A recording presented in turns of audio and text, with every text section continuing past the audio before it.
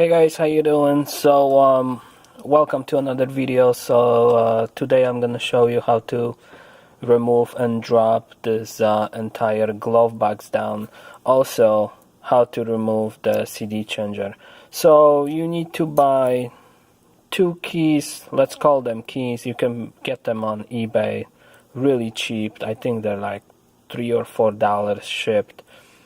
I already removed the CD changer, so basically you put one key in here and one key in here, and you pull it with two hands, towards you, and the CD changer will get removed. If it gets stuck and you cannot remove the CD changer, you can remove this plate, and but be careful when you're removing it, because on this side you have pins.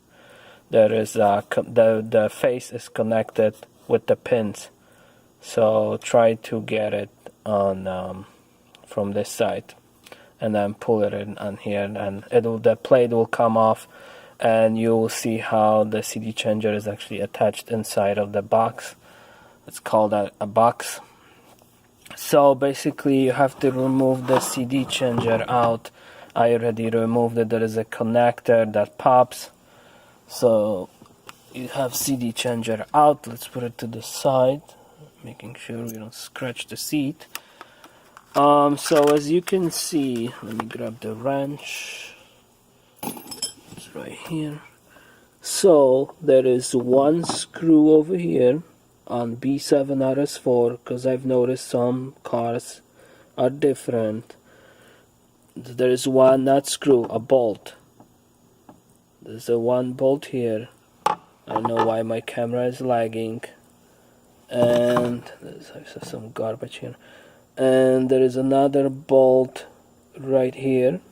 So you have two bolts. There is another bolt right here, so that's three. There's one in the middle, 4, and there is another one right there, so that is 5.